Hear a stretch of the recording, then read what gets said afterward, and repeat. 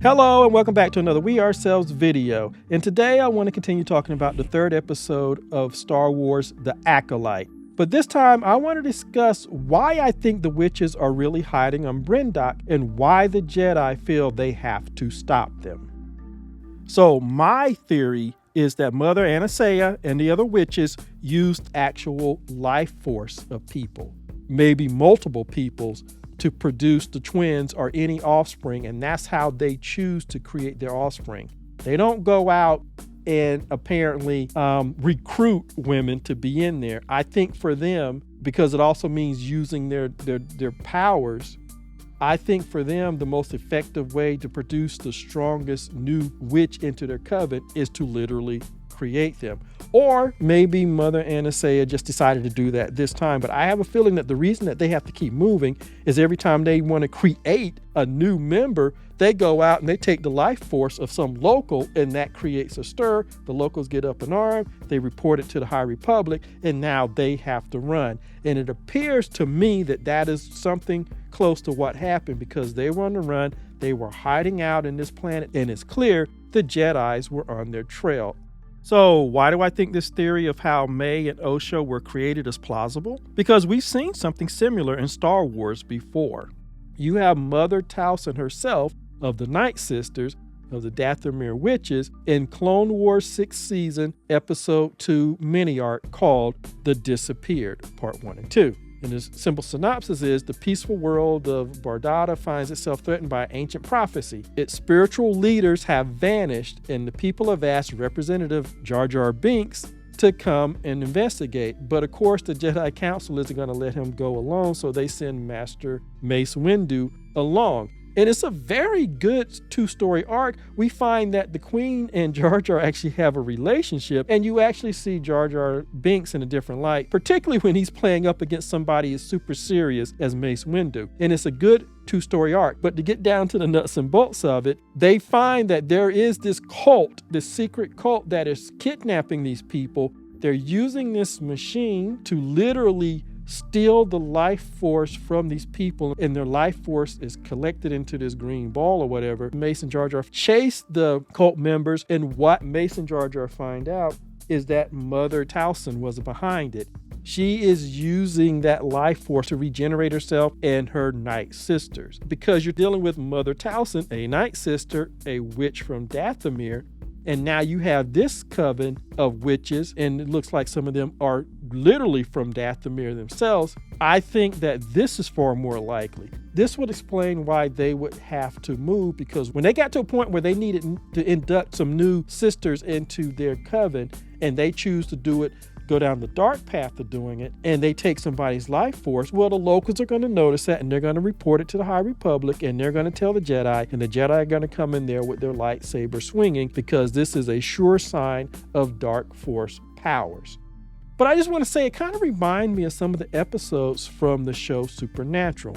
In particular, you had a season 2, episode 3 show called Bloodlust. The show Supernatural follows the life of two brothers, Sam and Dean Winchester, who hunt all kinds of supernatural monsters, including ghosts, wendigo, werewolves, ghouls, vampires, and many other types of creatures. In this season 2 episode, they investigate a series of decapitations and cattle mutilations that happened in this town in Montana. And the last victim was actually a vampire. So when they show up, they encounter another hunter like them, a vampire hunter called Gordon Walker, who's played by Sterling K. Brown.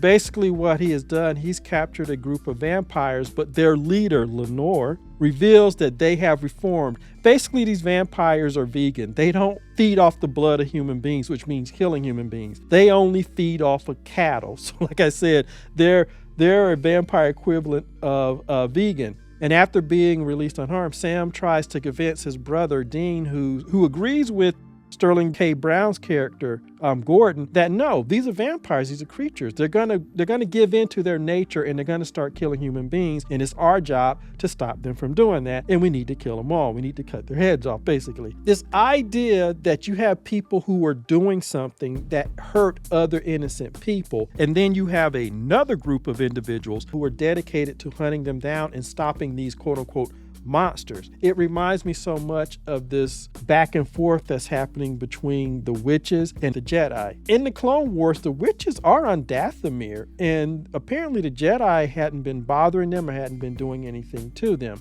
I don't know how the witches there create new witches. You also have Darth Maul's sect on the other side of the planet. They're the males.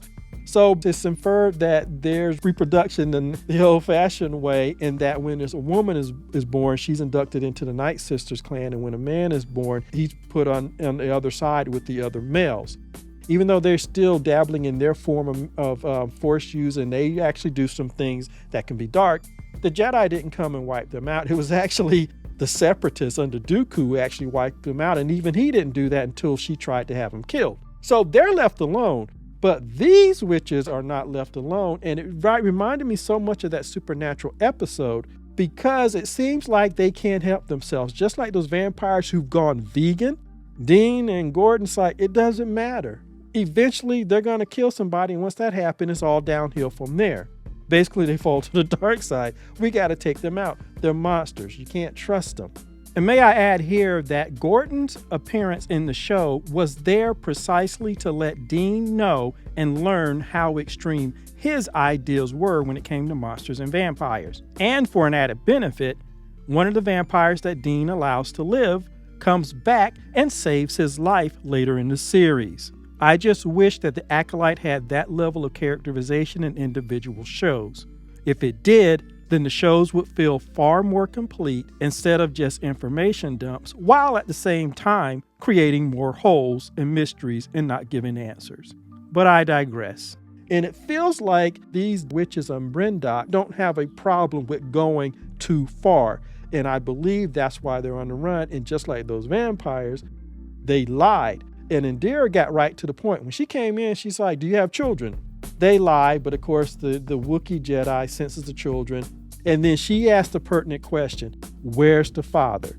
And to me, that indicates that she knows they did not produce these children a natural way. Even though these women probably can, they have decided that they want to produce more powerful initiates, and so they deliberately go down this dark path, a path that Mother Taliesin and the witches on Dathomir weren't doing, because again, they weren't marked for execution for practicing their stuff.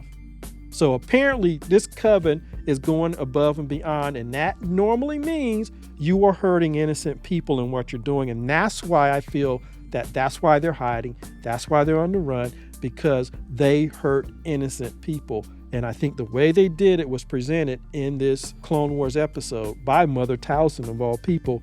They have been taking the life force of locals to use to create children like May and Osha. But anyway, that's my thoughts on it. I think that's why they're really hiding out. You can let me know what you think in the comments. And as always, like, subscribe, and share, and I will see you in the next video.